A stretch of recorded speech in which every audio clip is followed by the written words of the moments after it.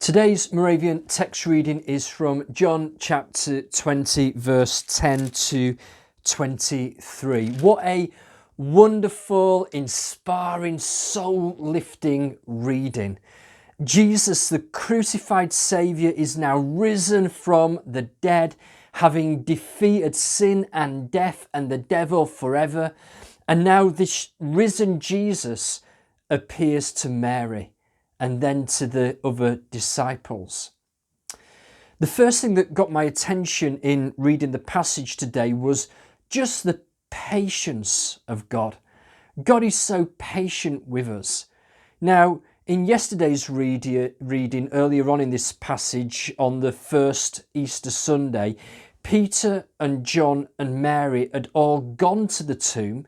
They'd found that tomb to be empty, or at least there was no body there. It wasn't strictly empty, was it? There were grave clothes in the tomb. They were neatly folded, showing that no grave robbers had been into that tomb. And of course, there were angelic beings present in that tomb, so it wasn't strictly speaking empty. But as we read in yesterday's reading, Peter and John, they perceived, they understood, they believed, they got what was going on. For them in this moment, something just clicked for them, but not for Mary. For Mary, it still wasn't quite making sense. Of course it wasn't. We're talking about resurrection here. She didn't quite get it. And so what Mary did was she lingered at the tomb for a little longer. Peter and John went home, but she stayed at the tomb. She expressed her doubt. She asked her questions. And what I love about this little section is that God is just so patient with Mary.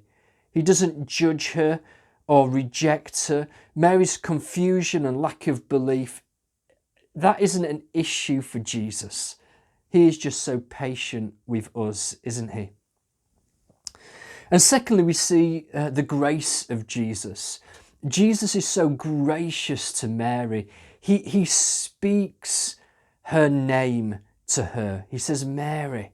And it's in that moment, that's when she got the revelation. That's when she understood that the patience and grace of Jesus towards us.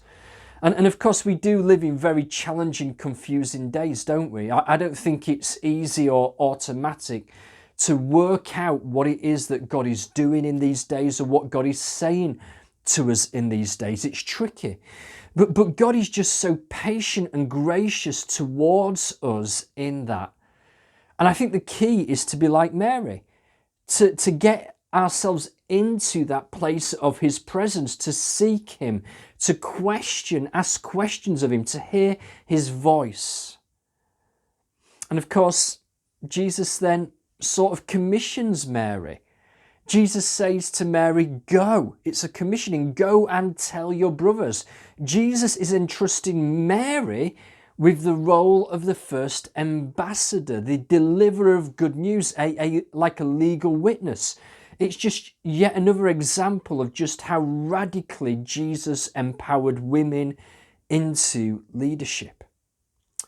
And just to connect today's reading into a little bit more into our current context, we do have a good news message, a message of hope and peace to bring to the world in these days, don't we? And so I'd encourage us to be like Mary, to share with others our encounter with Jesus, the peace and the hope that he has brought into our lives. And there's lots of ways to do that. Christmas is a great way to do that. And we're going to be having lots of invite services that you can use to invite people along to.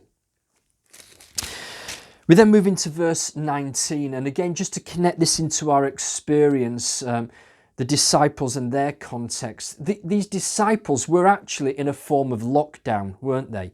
They were hidden in a room.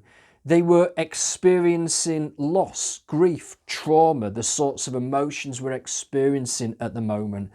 And the solution, the remedy for them was the presence of Jesus.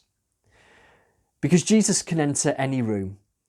Even now, whether you have walls or locked doors, they're no obstacle to him entering into your room.